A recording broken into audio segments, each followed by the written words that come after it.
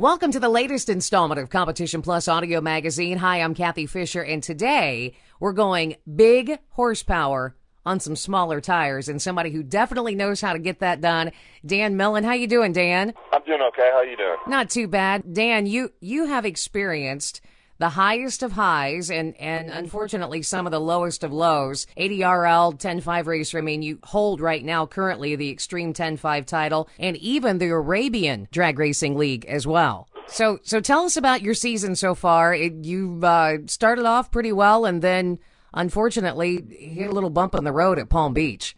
Yeah, it's kind of a funny, well, I shouldn't say funny, but all my years of racing, I told a couple people this, we've always started off the season rough, and if we have a decent season, we usually finish okay, obviously. But for whatever reason, all my years of racing, the first part of the season's been a little rough for me, and this is no different than any other. So I hope it's an indication that we'll do really well. If not, I mean, I guess that's racing, right? Well, unfortunately, yes, that's racing. Now, you've got an absolutely beautiful supercharged Mustang, but it wasn't quite so pretty based on the pictures I saw that Roger Richards took that were up on Competition Plus after the race, the spring drags at Palm Beach. Tell us about that incident. Yeah, that's something I've never experienced. I guess I don't want to experience that again. But I was talking, when I first got into the blower deal, I remember Tadaro was telling me, he was like, it's not when the blower will, when the blowers lift off the cars, but he said, it's not if, but it's when. Sorry about that, I got confused. I've seen that happen as I rolled through. Obviously, I was a little bit, like, okay, it's not that big of a deal. And I seen the fire, so I pulled the extinguishers, and that was really the only trauma that I had was once I pulled the extinguishers, I didn't really see anything. Other than that, I didn't think it was that bad of an incident until I got the car stopped and got out of it. And once I seen pictures online, that's when I was like, wow, that thing was really in fire. But it wasn't that big of a deal to me, I guess you'd say, until I seen the pictures. Sure. Now, as a driver, how long do you feel that it took you to come to a stop, get out of the car, and that did it feel like forever? Yeah, it did feel like a long time. I can remember, going through the traps. Obviously it's close to 200 on that pass. As soon as I basically pulled the chutes, shut fuel off, shut the power off to the engine, it was already off because as soon as I lifted the thing, the front of the crankshaft broke on it. I felt myself slowing down to like maybe 150, 140, and then the flame I seen the flame. And at that point, once it got to about 100 mile an hour, I think is when I pulled the extinguishers. So it was definitely, you look at a video of it, and I've got an in-car camera facing to the back, not to the front. And when you look at that, that's like an all of maybe 15 seconds from start to me getting out, I think.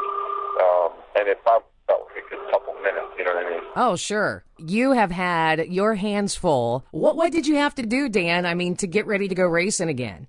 Basically, Saturday night, after the finals, we pushed the car back over. It was in a little holding spot that the ADRL or the West Palm Beach guys put it in. So we pushed it back over, and we started working on it. And one of the guys from Howard Moon came over. He was giving us a hand. Germ, and then our crew, and then a couple other people. We just kind of stripped the car that night, got all the stuff, I guess, that was burnt up or unusable, and kind of threw it in the garbage. I think we saved, a decent amount of time because we were going to plan on taking it to Bickles anyway. I talked to Jerry Bickle on the phone and said, hey, we're going to bring this car there. He's like, okay, bring it. And so we did that. I think us stripping it helped out a little bit, and honestly, he's got a lot of guys there, and they got on the car literally while we showed up there. We pulled the motor out when we got to Jerry's and got everything situated. Those guys really busted their butt. We wanted to have the car done the Friday before here, but it wasn't done until Tuesday morning, which, hey, you can't complain when you go from something that looked unfixable, but he got it done pretty quick. And it really did look bad, but it wasn't as bad as, I guess, the pictures or what people think on there. Nothing, the fuel tank it's plastic, and we dumped the fuel out of the fuel cell, so the fire was maybe not that hot. It definitely was a fire, so it melted all the plastic stuff, but it wasn't hot enough to melt the plastic fuel cell. So, and obviously that's a little bit higher temperature material, but so, a lot of it, I think, was the carbon fiber burning, some of the oil. those guys really did bust their butt to get the car done. So, kudos to Jerry Bickle and his crew. Absolutely. To be able to get back out there again and, to continue to chase those points. Car counts seem to have been kind of down a little bit this year. Do you think that has anything to do with the parity in the class? I don't. It's easy to say that and say, oh, well, Dan Millen runs really fast, and so no one's showing up. But even, there's a couple guys last year that I think didn't go to some select races, and those were races that we weren't even in the, we were in the top half of the qualifying, the bottom half of the qualifying ladder last year. So I don't know if it's a little bit of the economy or what it is. Yes, there might be a little bit of a parity issue with the class. Do I think that other guys can run better? Absolutely. I do think that the blower combination obviously is the combo, but I know from what I know about turbos and racing turbos all the years that if this thing was a turbocharged car, I think it would have the same potential as the blower car. It's just, the engine combination is a little bit more sorted out with the blower. So you don't really feel then that the parity needs to be adjusted in any way? That's a tough question for me to answer, right? I don't want to, say too much, but maybe the nitrous guys, like Billy Glidden or something, I think someone like him, his car is definitely not on parity with the class, but he's also a lot, he's one of the best racers out there, so you see his times are really, like the last race, you see he was real close to, he was pretty much the top half of the field, so I think some other guys got some work to do. I do think that some of the guys will run better as the races go on. To say that there's no parity, the parity's way off, that's a tough question for me to say that.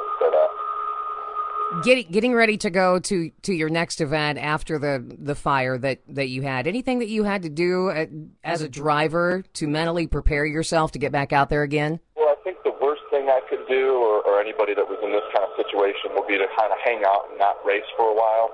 But, I'm kind of excited to get back in the car, and, obviously the first couple passes, we don't want any kind of trauma, because that just, that'll mentally, I think, mess somebody up. So we're going to try to, go out there and run as good as we can and not have any issues if we can prevent that. And I think that helps the driver. I think, the first pass coming out of the trailer here, if this thing can run decent, at least make it down the track, and no issues. And, I think that will help out big time. Well, Dan Millen, he's got to get back out there and get on that horse. Or get in that horse, that Mustang. No pun intended. Dan Millen, we want to thank you so much for joining us on this edition of Competition Plus Audio Magazine. Best of luck and stay safe out there. Okay, thank you very much.